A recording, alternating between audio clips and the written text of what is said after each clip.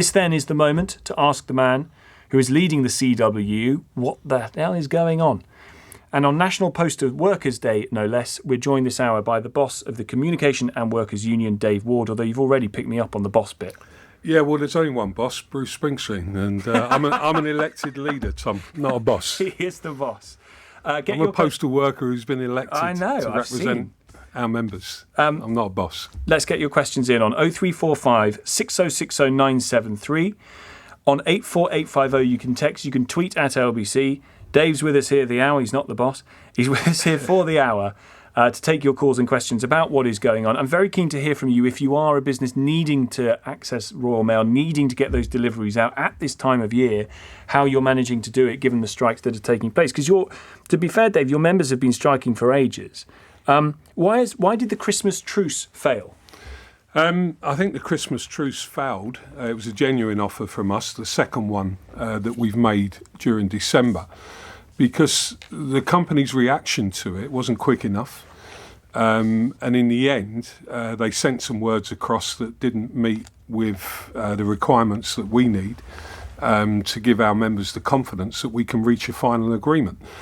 So, for example, on Friday, I wrote to the CEO and suggested that we either meet over the weekend or meet first thing Monday morning. When we finally got a response, the meeting didn't take place till today. And, what we put forward was a very reasonable offer. What did you put forward? We wanted job security commitments. No voluntary redundancies. The company shifted their position. Rather than do it in negotiations, last Thursday after the last strikes, clearly the strikes are having an impact on the company. The company shifted their position, wrote an open letter to all the staff, not tabled during negotiations, to say that there wouldn't be any compulsory redundancies. We asked for that to be fleshed out to ensure that the resourcing model, which we believe the company want to bring in to replace existing postal workers, was also being dropped. That's about bringing in self-employed workers in unlimited numbers, bringing in new entrants on 20% less pay, terms and conditions, and also carrying on with an army of agency workers rather than utilising existing postal workers. We asked on the question of 9%, which they keep saying the pay is worth 9%. We wrote to them and said we will accept 9%. We asked them to confirm that indeed it was 9% and the full value of that, and they couldn't do that. And we asked them to absolutely guarantee that in terms of services for the public going forward, that Royal Mail would not abandon the morning delivery period. And the plans that we're facing, and I do hope by now customers understand this, would see the end of daily deliveries in the UK. We have no doubt whatsoever that that's Royal the Mail's, obligation. The obligation. The universal service obligation. They've been to the government to down dial it. They went behind our backs. We even offered the opportunity to jointly go to the government to talk about how we sustain the universal service and at the same time expand the role of postal workers.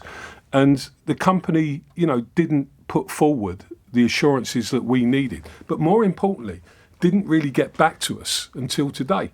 And then they're out there blaming the workforce. Why is that important? And the union. As though we're the ones that have caused the strike. Why is the length of time, why is the gap between your letter and then coming back to you the main driver of this? Well, because it's such a serious dispute. There are so many issues that are involved in it that they've ripped up all of the agreements the union had. There's no trust whatsoever in the leadership of the company. So why it's important is we weren't going to be able to resolve that in 2 hours this afternoon. And that's the cut-off point you had before deciding you could call off the strikes. We said to Royal Mail in the offer that we made, the cut-off point is tomorrow at noon, which is fair in terms of, we were available all over the weekend since the last strike. And their response today through ACAS was just not enough, too little, too late. There was some progress made, and we welcome that. And we're going to work very hard during the eves, and we're going to work very hard before there's any other strike action to try and see if we can build on that and actually reach a full and final settlement to this dispute. We'll come to more of that in just a moment. I'm keen to get to your calls. They're already mounting up. 0345 6060 973 is the number. Dave Ward, the General Secretary of the CW, here with us on LBC until 7. Let's get to Adrian, who's in Hertford first. Hi, Adrian. What's your question, sir? Hi. Good evening, Tom. Good evening, Dave. Thank you for having me on. We are a family-run business using Royal Mail for many years now. So I've got two questions if I can. So the first question would be how postal workers will catch up with the delays. Unfortunately, as a small business, we cannot afford 2 to 3 weeks delays with having customers asking for refunds. How much is it costing you, Adrian? Hello? How much is it costing you, sir, these delays? Well, we already have customers asking for refunds. Right. We're dealing with negative feedback. And it's very difficult because, selling on all sorts of the platforms, they are very strict. So if your parcel doesn't get delivered, you will lose the order and they will get a refund. And my second question will be for Mr. Dave. Why should business owners like me keep using Royal Mail when they can find other couriers to work with? I mean, we totally support the Royal Mail workers for the hard work they do, but now I'm afraid we are open to new couriers as we need to keep running the business. Adrian, stay on the line. Let's get some answers for Dave from Dave on those 2 points. Yeah, Adrian, on your first point, it's very difficult to say how long it will take to catch up with the current backlogs of mail and parcels. What's the ballpark, do you reckon? I couldn't put a number on it other than that there is a massive backlog. One thing that is interesting is that when the CEO visits all the sites, they push all the backlog out the way, takes a photo of it as though it's clear, and then all the backlog's out somewhere else. So there is a huge backlog, and that's regrettable. I want to make this point to Adrian about why stay with Royal Mail and what this dispute is also about. So one of the things that we're fighting to stop is Royal Mail actually stopping daily deliveries, not just over Christmas in that sense, but forever. Because they want to start delivering up to 3 hours later in the day. And we're saying that will destroy the opportunity for lots of businesses in the UK. It will destroy the opportunity to grow new products, new services, new commercial opportunities in the future. And it's something that for our own members who care about the service, they cannot understand the rationale for Royal Mail's approach on that. Well, Adrian, let's put that back to you. That this is that what Dave and his union are trying to do is guarantee that you can have that next day delivery. I wonder whether you think you could find that kind of delivery elsewhere, or whether Royal Mail are the only people you could guarantee to make that happen. Well, Dave, I can tell you, as a business, we are already approached by your competition, and they are very keen to take us on board, and they can offer very good prices just to switch on. So we need to know clearly what's going to happen next year, because if we're facing again 2 weeks delays, this is not good for our customers. No matter how much we tell them, yes, please allow more time, it doesn't look good for us. We are losing customers. And end of the day, what they're saying to me, well, I won't name it because I get it next day delivery. Mm-hmm. So this is where we need to know exactly, and we need a resolution as soon as possible. Because you're strangling his business. Adrian, we don't want to be strangling your business. We want to protect your business, and we want to offer better services, better products, tailored services that could work for you in your local area. These are the sort of ideas that the union has been putting forward. What I must stress here, and I understand that, but really and truly, that's a question that needs to be posed to the CEO and the board of Royal Mail, because we do not believe that they're interested in carrying on delivering the type of service that they're delivering to Adrian's business at the moment. I think all they're interested in is competing in the race to the bottom. They want to be another every. And what Royal Mail currently offers, bear this in mind, is the only service across the UK that delivers to 32 million addresses, including all businesses, every single day. And what we're saying is that the right way forward for your business, Adrian, and for the company is to see that as a competitive advantage and to build on that with better products and services. It's not if there are 17 and 18 now days of strike action. It's not if there's a backlog that is so enormous that they're clearing it out when the CEO comes in and you can't say how long it's going to take to... I mean, that's months, isn't it? There's months worth of stuff there. Tom, I'm sure Adrian understands this. Postal workers don't want to be on strike. Postal workers are actually fighting to save their jobs, fighting to save the services that Adrian says he uses and wants to continue to use. It's the employer that is moving against the type of service. Royal Mail is a public service. It delivers every single day to 32 million addresses, and it no longer wants to do that.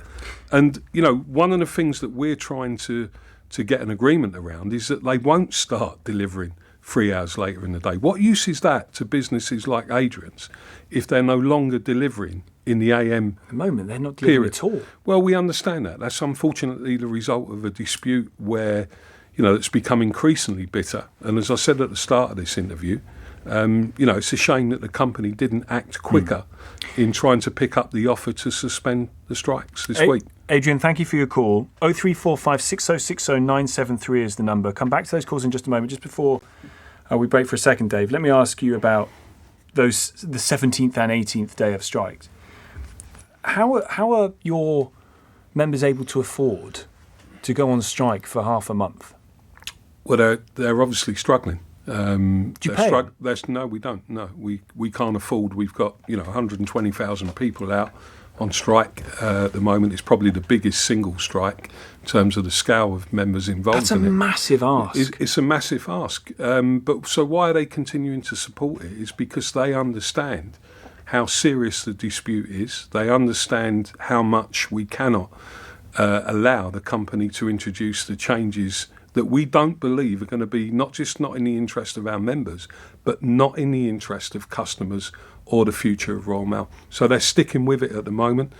But look, I really do want to make this point. Every time there's a strike, you know, we've tried our best today to try and move this forward. And don't think that we ain't sitting there at times, you know, staying awake thinking about how can we resolve this. We are always trying to put ideas forward on how we can find a mutually beneficial solution. What we're not seeing is the company doing the same. All right, we'll come on to more details about that in just a moment. More of your calls to come as well. Dave Ward, the General Secretary of the Communication Workers Union, is with us until 7 o'clock. This is Tom Swarbrick on LBC. It's 6:17. LBC.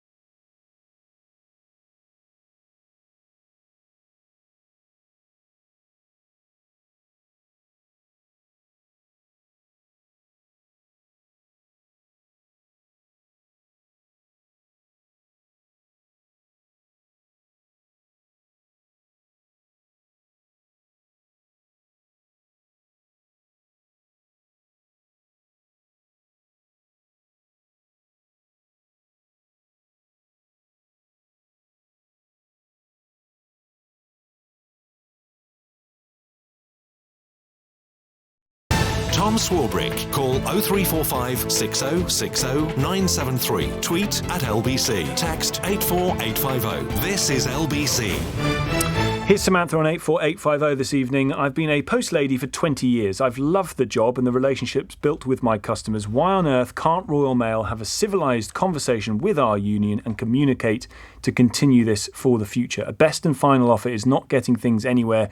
There's obviously a need to talk. You've been doing that, I think, today, Dave, haven't you, talking with Royal Mail? They offered 9% pay increase over 18 months, and promises of no compulsory redundancies for the next 4 months. But that's gone.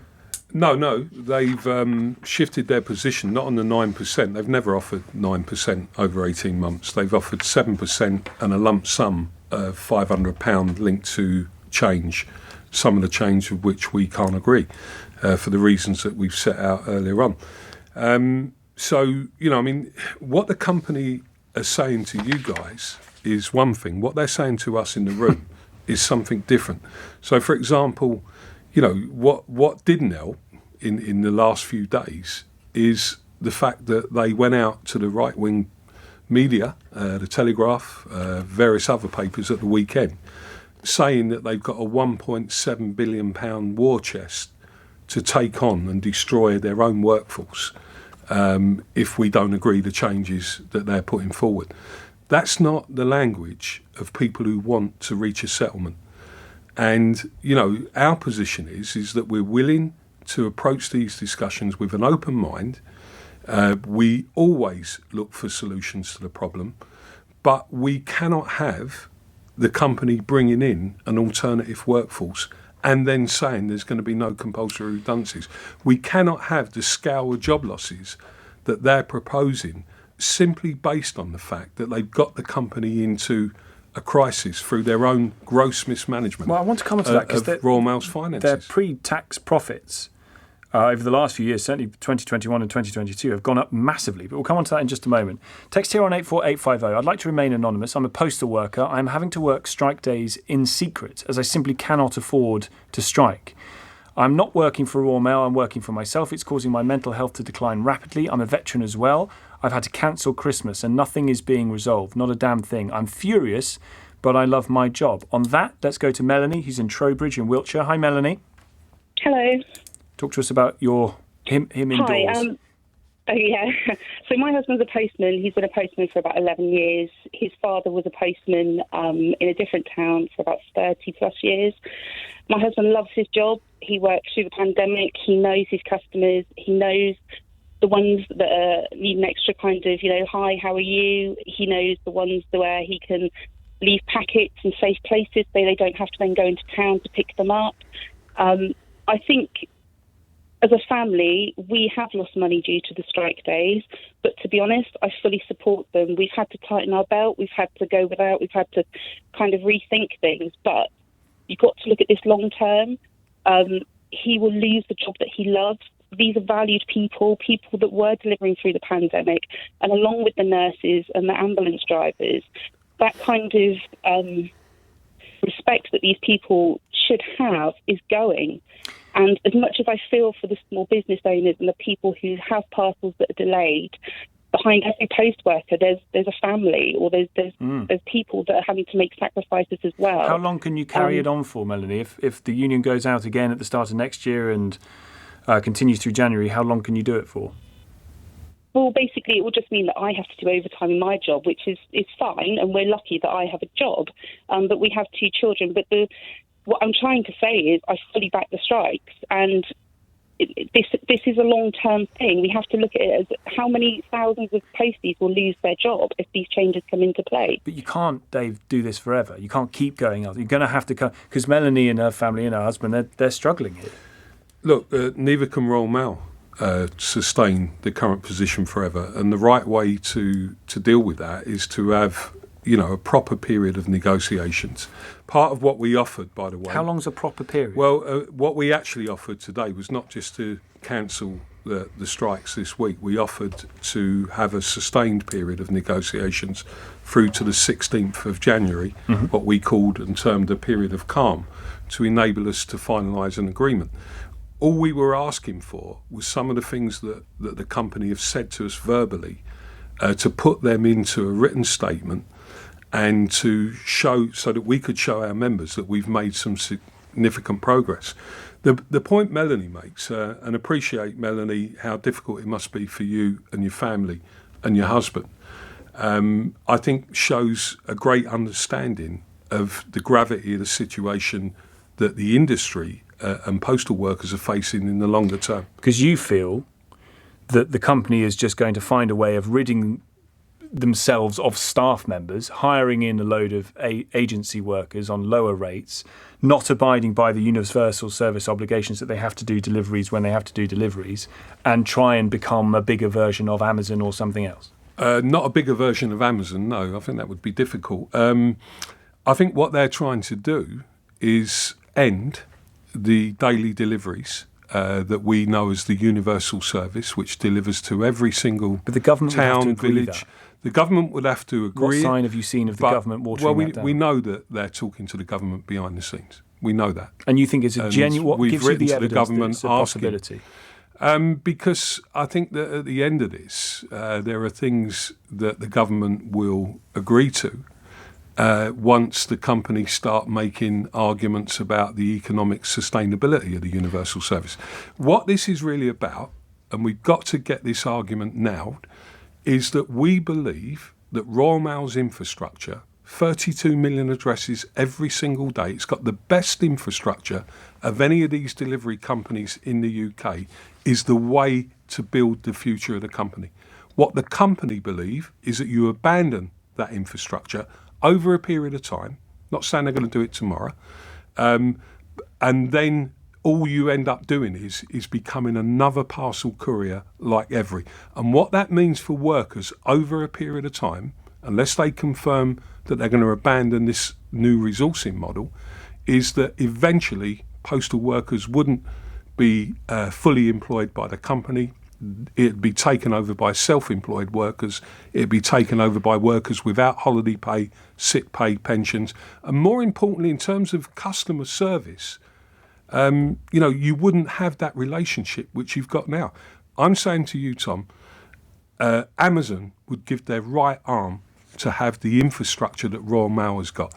It would use that infrastructure to build new products, new local-to-local services, new ways of supporting communities. It would do everything possible to grow that business. What Royal Mail are doing is saying, we don't want to do that bit anymore. They just want to do the parcels that makes money on parcels. And by the way we're going to compete is eventually to have a workforce that is treated exactly the same way as some of these other companies, self-employed workers. And on that point, can I say the country can't afford that type of employment model anymore? We can't carry on in this country destroying decent jobs and replacing them with jobs where the government end up having to subsidise those workers. I'll come back to that. I'm very, very keen to get into calls. It's big stuff. I'm very, very keen to get into calls. We could have back and forth for an hour ourselves, Dave, but I realise there are lots of people who want to get on. Kenny's in Dumbarton. Hi, Kenny. Hi, Tom. Hi, Dave. Hi, Kenny. Full disclosure, Dave, I'm a union rep for an office in the west of Scotland. Fully behind the dispute, fully behind you and Andy and the negotiating team. But the questions I'm starting to get asked by members in my office is, if we can't win the dispute at Christmas, how do we win it long term? I'll be in the picket line on Friday and Saturday. If we're still here next Christmas, I'll be in the picket line next Christmas. But we've got a chief executive. I don't want to get personal, but we've got a chief executive who's literally willing to watch the company burn to the ground, Dave. And I'm struggling to see how you win a dispute against a guy with that mentality. Well, you make a good point, Kenny, in relation to the CEO. You really don't like him, do you? Look, to me, he's made it personal to 130,000 postal workers. We deal with whoever's in front of us. But when you're dealing with somebody who lacks integrity, and has proven to the workforce many, many times that the truth isn't always told about situations. For example, a simple thing like, on Friday, I write to him and say, let's meet over the weekend on Monday, first thing Monday morning. Let's try and sort this out. And he posts on his own social media platform, I haven't heard from the union in a couple of days. Well, did you write to him by letter? Email, unfortunately, but you have to, on situations like that. All I'm saying is look, Kenny has, I think, laid out the issue of trust in the current leadership of Royal Mail. And our members do not trust the leadership of the company to make the right decisions. Why? Because they've made some appalling decisions on the company's finances. And let me say to Kenny, we'll win the dispute, Kenny. The company are starting to shift their position. We explained that in a live Facebook session to our members just before I headed down here tonight. We'll get into those negotiations. There's a good opportunity for the company and us in the natural break that takes place after Christmas to give everything we can to try and find a solution. What have they moved on specifically? So they did move on a statement on no compulsory redundancies. We've asked them to now make that real. They've got to tell us what is their position on bringing in new workers on lower terms and conditions and on bringing in self-employed drivers. In their draft proposals to us, which they've asked us to sign up to, they want to bring them in unlimited numbers. We've said we cannot agree to that. Today, for the first time, we started to hear some more positive conversations around that. All we're saying is our members do not trust conversations, they trust written agreements. And the company leading into this dispute actually started it by ripping up all of our agreements. So it's about converting some of those better conversations into a proper agreement that gives our members the assurances we need in the future. But there are still big issues between us. And I want to come back to the whole direction of Royal Mail Group. Yeah. Our members want to see this company be successful. I'm they know keen we to come can to that, build. But on Kenny's question, Yep. he asked, we're only going to have to do this quickly. At Christmas time, the time when people need this, when businesses are sending stuff, and you still got, it sounds like you're starting again, really. The trust has completely gone between you and the CEO. Lord knows, that's what you think of him. Lord knows what he thinks of you. It's completely broken down. You're effectively starting again. We're on strike number 18. People can't afford it. When is this going to get done if you can't do it now? The trust has gone, not between just us and the CEO. The trust has gone between the entire workforce. You can ask any postal worker that. They do not believe that the company have got a strategy for the future that is the right strategy for them, the right strategy for customers, or the future of the company. They see it as an asset-stripping agenda. When can we sort it out? Well, there's only one way you sort it out, by having proper negotiations. And that's responding quicker to proposals. That's sitting in a room and locking yourself away. Something which the company have not wanted to do in proper negotiations. They seem to take an age to respond to any dialogue that we have. They've got a mandate board that sits behind them that has put them in constraints. We haven't got those constraints on us. We go in to negotiate a settlement. Every time we think we're making progress, they go back, speak to their mandate board, and they come back and we're back to square one. Dave Ward is the General Secretary of the Communication Workers Union. More of your calls to come. Tom Swarbrick here on LBC 6:32 News Headlines. Amelia Cox. NHS leaders are warning the fallout from strike action this week could spill into the coming days. They're especially worried about patients who may get worse as they've delayed getting help. A man who murdered his pregnant partner and 3 children will never be released from prison. 32-year-old Damien Bendel admitted to carrying out the attacks in a house in Kilmarsh near Sheffield last year.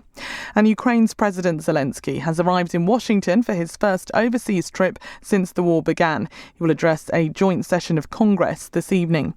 LBC weather, showers in the north and south tonight, lows of 4 degrees.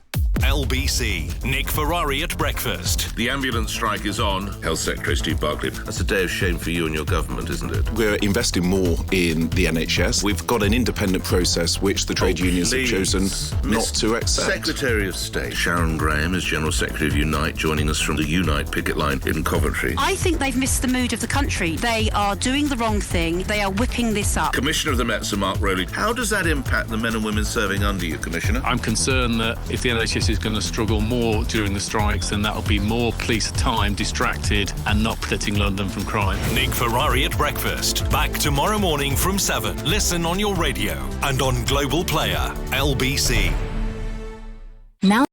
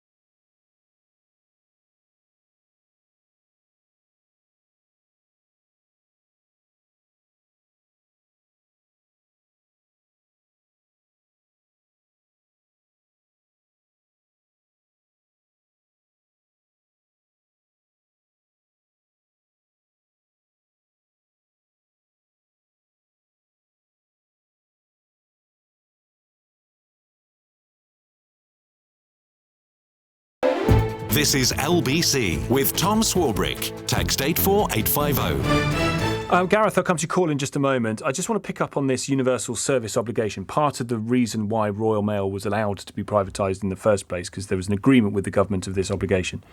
You must provide a 6-day-a-week, one price goes anywhere postal service to 32 million addresses, UK addresses. That obligation is overseen and monitored by Ofcom. Now, during the pandemic, clearly there were implications for that target being hit. The 90-odd% of houses that have to be delivered to in first-class time the next day. There's obviously going to be a problem with that. So going back, 2015-16, the target for first-class post was missed. 2017-2018, the target's missed again for both first and second class, but Ofcom didn't impose a fine. They're the ones that monitor this. 2018-19, there was a fine of £1.5 million for missing those targets on the company. This agreement isn't working because you can't match the agreement. It's not a question of we can't match it. It's that the company choose at times to leave the letter mail behind and prioritise parcels. That's the truth. And postal workers will call in and say that that's exactly what's happening in their office. That's a company deliberately self-sabotaging. We believe that the company is running down that part of Royal Mail as a public service. It doesn't want to deliver that stuff anymore. It thinks that that's not economical because you have to go to every part of the UK. And what it should be doing, as we keep saying, is using that as the leverage to compete with the other couriers by extending the sort of services that postal workers offer. Postal workers have a unique relationship with customers, and that can't be replicated by any of the other couriers. And what we're saying is, let's build on that.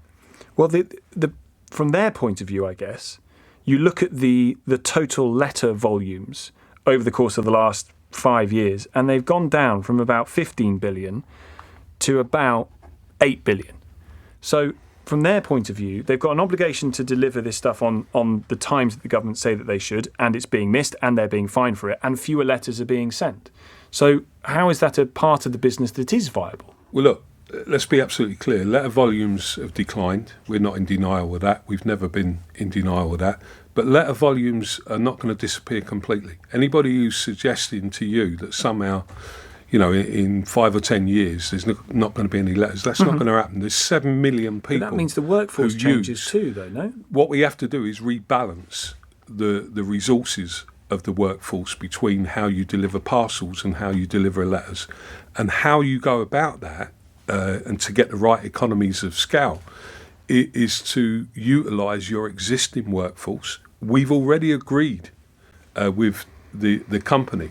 This was part of our original agreement that we would operate a 24/7 parcel network.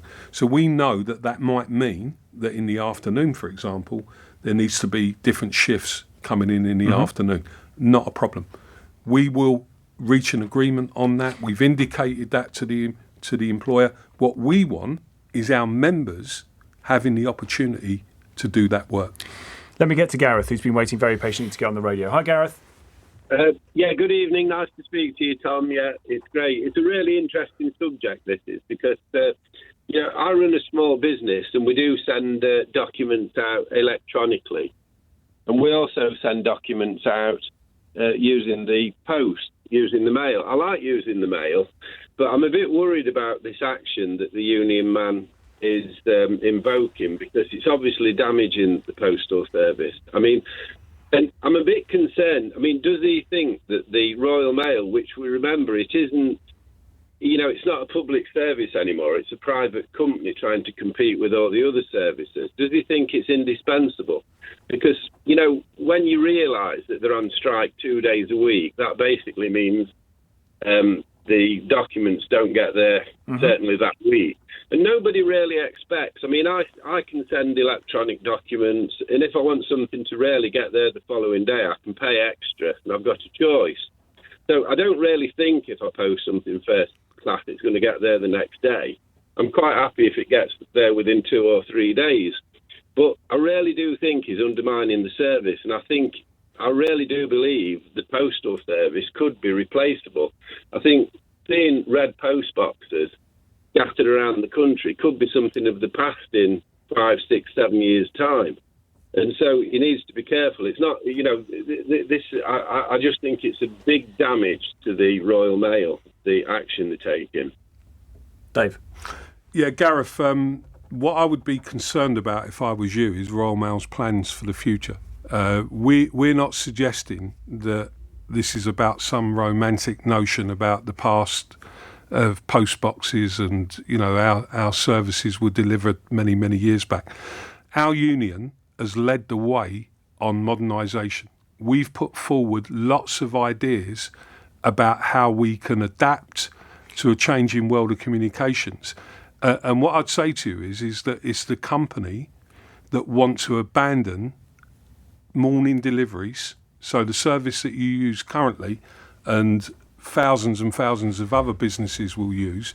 They think that the right way to get things there quicker is to actually start deliveries up to 3 hours later. And we are saying that will lead to the end of Royal Mail as we know it. And we're not prepared to accept that. Well, Gareth, how would you feel about your letters, presumably, because you can be, the packages will be delivered by anybody else, but the letters that you need to run your business arriving 3 hours later than they currently do? The truth is the letters I receive, there's very few letters that I need to receive in the post. It wouldn't matter to me what time of the day they're delivered. It's actually a luxury to me to post tangible documents out to customers because, everybody knows you can do everything electronically these days. So I think they're being slightly archaic. I think we've got to look at the reality of the way that we live in our lives these days. Well, let me come to Dave because he's shaking his head ruefully. Well, the concern is that you actually believe that somehow, what we're trying to hold on to is a world that's left us. We're not. We're trying to modernise. We're trying to modernise the company. We're trying to get the company to innovate its products and services. And what we are saying, you may have a particular business where you don't need to rely on deliveries that time of the morning, but there are plenty of businesses in the UK and plenty of people in the UK who do need to rely on a network that operates right the way through the day. And, what we're saying is if people think about the role that postal workers played during the pandemic, these were the people, Gareth, who delivered and collected all of the test kits. Mm-hmm. They were hailed as key workers only 18 months ago. And what we're saying is the government, for example, if the government wanted to deliver something to the nation through the post, it's the only system. If you send something into that system within 5 hours, we can get that out to every single point household in the UK. But there are other companies that can service. also do that. No, there isn't. No, Not to every household, but there are other. Certainly not obligated to every household. Tom, they can't do that. They haven't got the scale of deliveries to do that. This So is you can do it about faster than we can do it faster, some and of we've your got a greater competitors. reach. And the point I'm making to Gareth is that I guarantee you this, Gareth, a company like Amazon would be seeing that infrastructure, those times of deliveries, the ability to get to every single household. They'd see it as a competitive advantage. Royal Mail, because they've got an asset stripping agenda, see it as a complete disadvantage. Gareth, good call. Thank you. 0345 6060 973 is the number. 84850 to text. You can tweet at LBC. We've got 15 more minutes in the company of Dave Ward, the General Secretary of the Communication Workers Union, as the posties are set to strike again following the breakdown in the Christmas truce offer. Come to your calls in just a moment. Tom Swarbrick here at 6:45. Coming up at 7 on LBC, Lewis Goodall. Thousands of ambulance workers are taking their turn to strike today, with patients waiting hours for a response to 999 calls. If you've had to phone an ambulance recently, what happened? Lewis Goodall on LBC.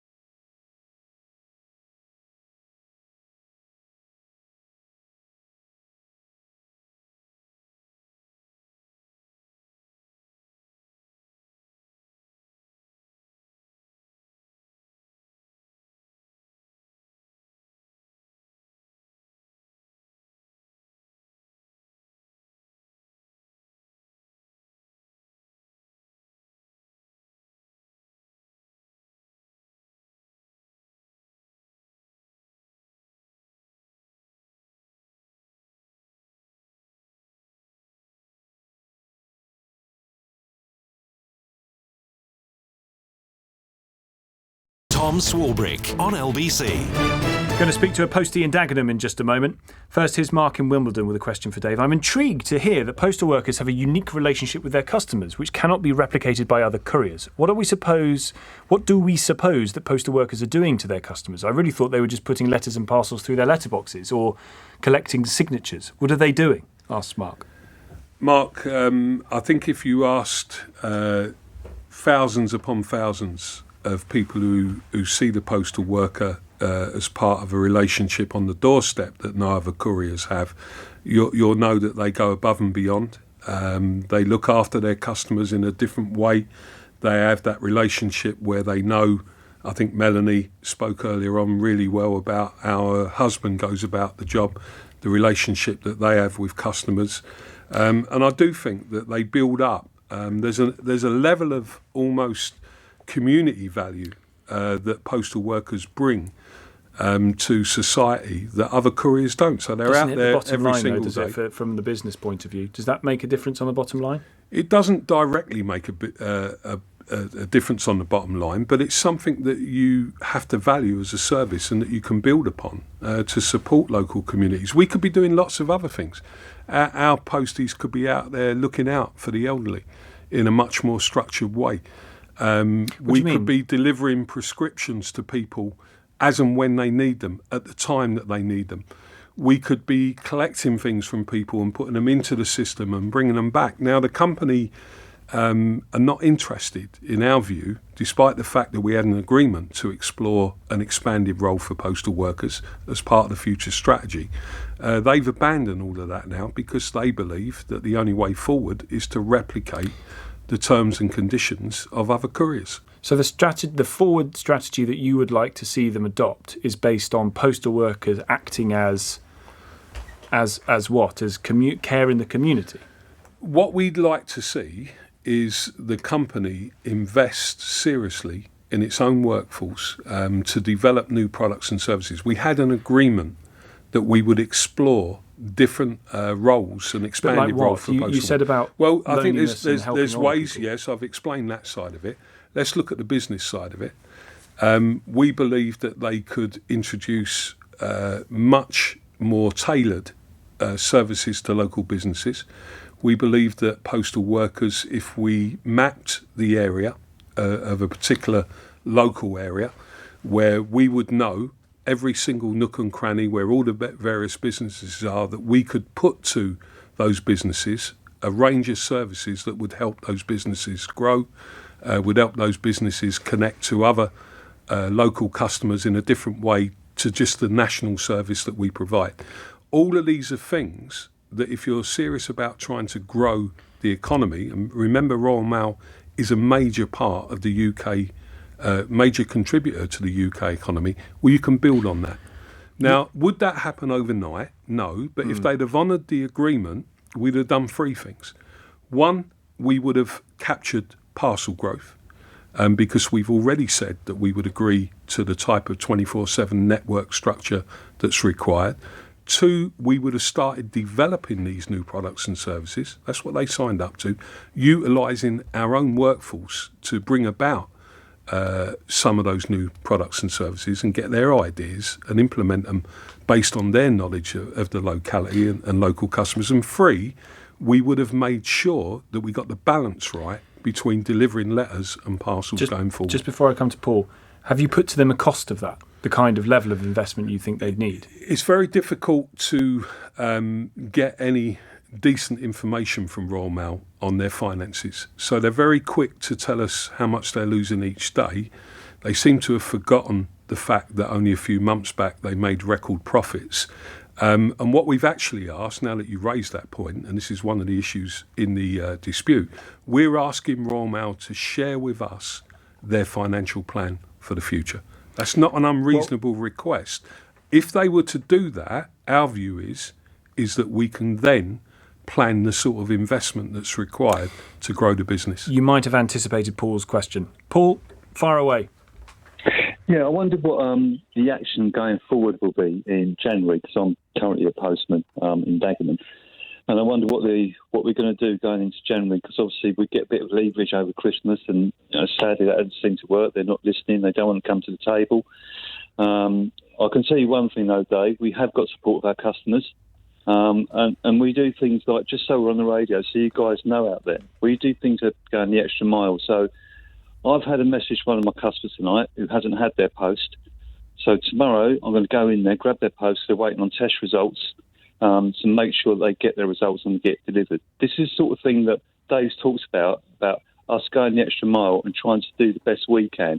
It's a shame that Thompson and Thompson doesn't go the extra mile and come to the table and listen to Dave and what the postman want. We're trying to save this service, and so is Dave Wall. So a big shout out to you, Dave, first of all. And I just wondered what the action was going forward. All right, Paul. Look, obviously appreciate your support. We can't really, on air, announce any action at this point in time. The executive for the union has met. No, we're not going to do that at the moment. What we're trying to do, Paul, is create a natural window here, a short window, where we can get into intensive negotiations. Subject to how the company respond to that, they responded too little too late to our offer that was actually made on Monday, and that we offered meetings from Friday on as well. So let's hold that one back, but needless to say that we will be taking further action if we can't reach an agreement.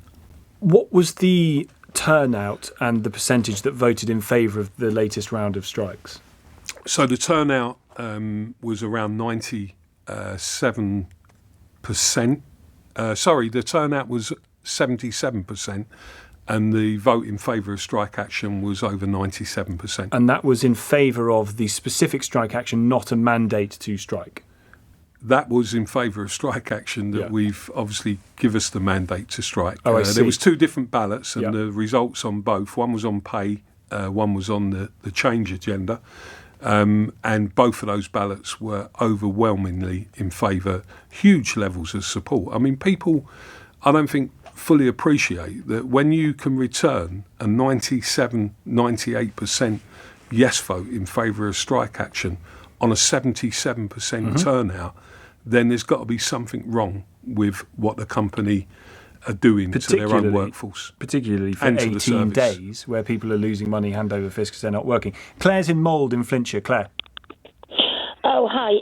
I work for Parcel Force, and I'm ashamed to say, well, I stay on strike. My husband's on strike because we both work there.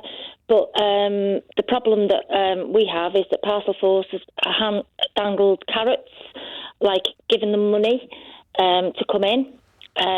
I don't think they've done that with Royal Mail, and I can't understand why they've done that, because we've got lots of people crossing the picket line where they weren't before. But I think it's about £300 and then £120 for Christmas Eve. You're being what, bribed, Claire, to come off the picket line? A Parcel Force are, yeah. Yeah, Claire's right. Parcel Force, which is part of the Royal Mail Group business, but it also employs already up to 25% self-employed workers. They are offering those amounts of money for people to break the strike. And one of our concerns, we support people like Claire. We want the same agreement on pay for Claire. We want the same job security for people like Claire. But what I think the truth is that the company want to use that type of model within Royal Mail. They want to bring what is currently the self-employed aspect of Parcel Force into Royal Mail. Claire, thank you for the call. I absolutely see where the concern is coming from here for you and your union members. There are a lot of them, and Royal Mail, I think for a lot of people, does hold quite a special place in their vision, their imagination of what Britain is. But the reality is you don't run the company. And those bosses who, unfortunately, you've had a bad relationship with and don't have trust with, they are charged with running the company as best they see it. And unless this company was taken back into public ownership, the reality is that those people who are on the board of it are going to be the ones to decide the future of it. Well, you would hope that, first of all, obviously we would want to see Royal Mail back in public ownership, and we believe it could be an asset. We could believe it could be run as a not-for-profit organisation where all of the money that was made was put back into the service. And as I said to you before, we believe we could develop the service in innovative ways. That's the right way forward. But let's just explore what you said about the people on the board are running this, and it's up to them. At the same time, and we haven't spoken about that tonight, our members know that there's also a bid, we believe, coming in at some point to take over Royal Mail from the private equity investment group. They've increased their shareholding today, so there's no certainty here that particular board will be in place anytime soon. There's no guarantee on that. And what actually I think should happen, even under the private side of Royal Mail, it would be a much better board if it had customers on it, and it would be a much better board if some of the workers, as representatives of the workers, were actually on the board. Not me as a union leader or other union reps, but actual workers that could offer their input, their experience into how the company is governed. And, we have views on that I think would be replicated across most big businesses, where it's time to freshen up some of these boards. Let's explore for a minute some of these people who are running Royal Mail. You're talking about a handful of people who are making these decisions to destroy a valued public service, to not see the opportunity to grow. Well, let me finish. The public service watered down by the fact that there are other private companies also operating a similar, if not entirely, parallel service. If the difference is my letter arrives 3 hours later, some might think, well. Look, we've had that debate. We have a different view. We believe you can innovate on the existing infrastructure of the company. Come back to the board position. Surely someone's got to start asking the question, what are these people on boards of businesses in the UK actually doing to earn the money that they get? Because my key point to you would be is all they do is smash things up. All they do is break things up, and they come up with the same plan that ends up making workers working harder, faster for less, and they call that modernisation. Well, Rolls-Royce and that's not just happening workers 17% pay rise. Rolls-Royce might be an example. Fair play to what you're after is more pay for your members, which of course you are, because you're a union boss. Of course we are, but we're also asking for a company that actually believes in its own workforce and believes in something different to keep, rather than asset stripping and levelling down. All of these people keep doing, and they're supposed to be top business leaders, is, I'm saying this honestly, they smash things up. They create the race to the bottom, and the country cannot afford for all of these big businesses to keep operating on that way because they haven't got any new ideas on how you innovate services. Let the workers have a greater say, and I'm sure we'll make Royal Mail successful in the future. I'm old enough to remember a former Conservative Prime Minister talking about worker representation on boards, but that just shows how old I am these days. Good to speak to you, Dave. Have a good Christmas if I don't see you before then. Come back and see us, won't you, as we go on this. Thanks, Dave Ward, thanks for the opportunity. No, you're more than welcome. It's had a heck of a reaction, I have to say. Dave Ward, General Secretary of the Communication Workers Union.